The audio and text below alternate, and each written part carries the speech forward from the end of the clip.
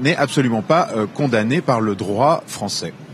Donc Dominique Strauss-Kahn, simple consommateur, si on peut dire, en aucun cas organisateur. Pour en parler, nous sommes en plateau avec Alexandra Avril-Lizine. Vous êtes avocate pénaliste, merci d'être avec nous. Qu'est-ce que ça signifie, cette mise en examen pour Dominique Strauss-Kahn? Quel est le changement de statut pour lui sur le plan juridique, une fois qu'on est mis en examen? Ah oui, effectivement, une mise en examen, ce n'est pas anodin. C'est-à-dire que ça peut avoir des répercussions, bien évidemment, sur le quotidien de la personne qui est mise en examen. En l'espèce, pour Dominique Strauss-Kahn, il n'a pas été placé en détention provisoire comme d'autres personnes qui ont été mises en examen dans ce dossier, mais néanmoins, il a été placé sous contrôle judiciaire. Et qui dit contrôle judiciaire, dit que l'on a des obligations à respecter.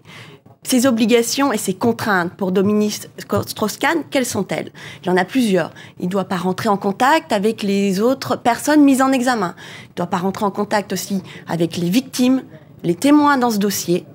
Et bien évidemment, il ne doit pas rentrer en contact avec toute personne qui pourrait être impliquée dans ce dossier. Et il y a eu aussi une autre obligation qui est plus atypique, mais que l'on peut comprendre par rapport à ce dossier qui est très sensible. Il a également interdiction de parler à la presse de ce dossier, ce qui est quelque chose d'assez atypique. Et enfin, ils ont assorti ce contrôle judiciaire d'une ultime obligation, c'est-à-dire d'un versement d'une caution de 100 000 € tout de même. Oui, ce qui est tout à fait important. Les avocats de Dominique Strauss-Kahn semblent plaider le fait que la notion de proxénétisme a été interprétée de façon trop extensive, erronée finalement, par rapport au cas de leurs clients. Qu'est-ce que vous en pensez? Écoutez, je pense exactement comme eux.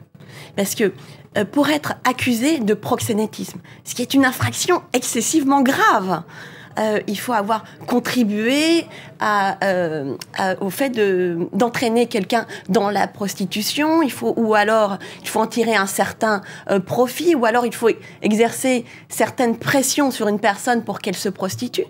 Dans le cas de Dominique Strauss-Kahn, on en est très très loin. Alors effectivement, je rejoins mon confrère Henri Leclerc qui indiquait que ok, sur le plan de la morale, ce qu'a fait peut-être DSK, ça peut être répréhensible.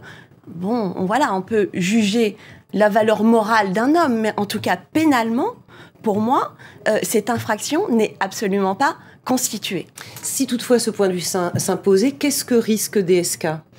Moi, je pense que déjà, je voulais apporter une précision par rapport au fait qu'il ait été mis en examen dans ce dossier. Je pense qu'effectivement, il était opportun qu'il soit entendu, mais il aurait pu être placé simplement sous le régime de témoin assisté. Alors, que risque-t-il étant donné qu'il a été placé comme mise en examen dans ce dossier, l'instruction va continuer.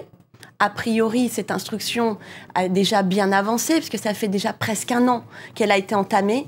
Je pense que là, les dernières confrontations vont avoir lieu très prochainement et que la clôture de ce dossier devra intervenir avant la fin de l'année.